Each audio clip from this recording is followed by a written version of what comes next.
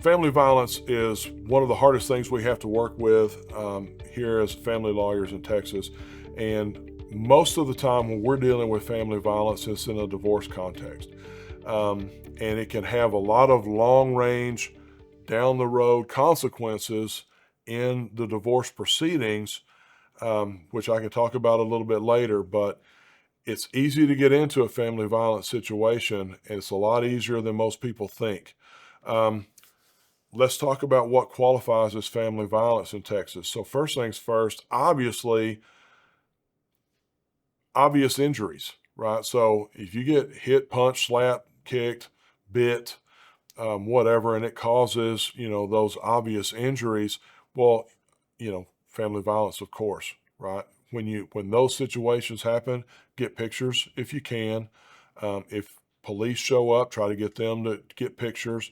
If you go to any kind of emergency care, any kind of medical care, have the nursing staff or the hospital staff take pictures and document your injuries, because we could use those again later as proof. And certainly, if there are any criminal charges that stem from that, the criminal folks would love to have those photos or whatever to help them with their case. Photos, testimony, video, anything that we have, any kind of documentary evidence of the injuries. But family violence does not have to include obvious physical injuries, all right? Things like slapping the keys out of someone's hands so they can't leave. That is family violence. Trying to snatch their phone out of their hand is family violence.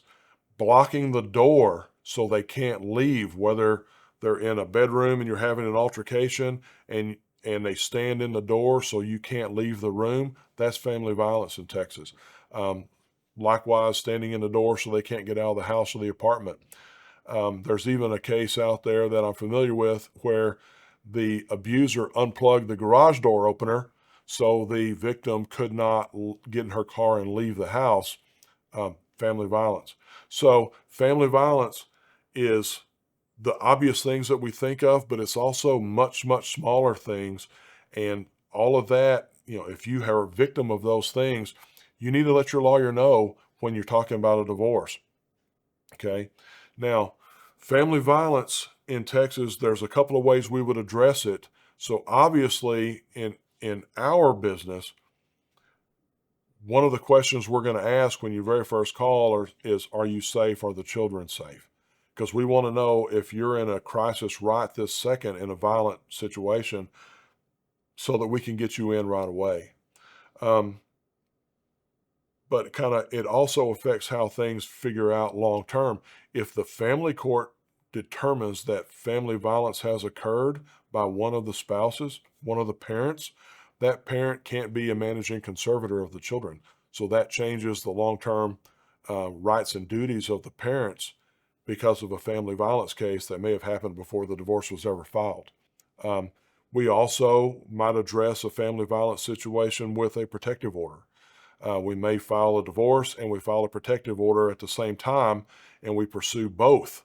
If we can get a protective order to help keep you safe for the next couple of years, that definitely gives us a tactical advantage in the divorce, but it also has its own value in helping keep you safe for the next couple of years.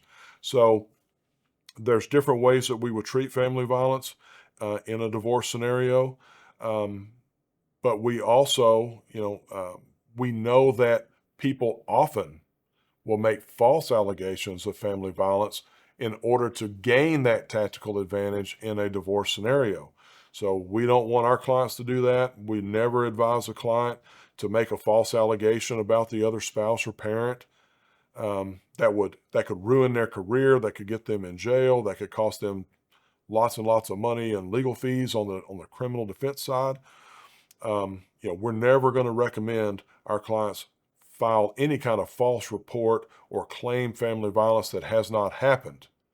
But we also regularly have clients who come in and the other spouse has alleged family violence, and that makes our job a lot harder on the divorce side. So we do have a ton of experience in that. And so we're happy to help in those situations as well. So if there's a family violence question in your divorce proceeding, your lawyer needs to know that on the front side. We need to know from the very beginning. We often have cases where people will call up and they'll say, hey, I need a divorce and I need to talk to somebody quick. My spouse beat the crap out of me yesterday and they're in jail, but they could get out anytime, right? So that puts us on a very intense timeline to get their case filed. And whatever we're going to do, whatever track we're going to go on strategically, we're working on that right away. So we take it very seriously. The courts take it seriously, and it can easily be abused by the spouses to gain that tactical advantage in a case. So here's my strong advice for you. If there's a divorce that's coming, right? You and your spouse are arguing a lot of tension in the house.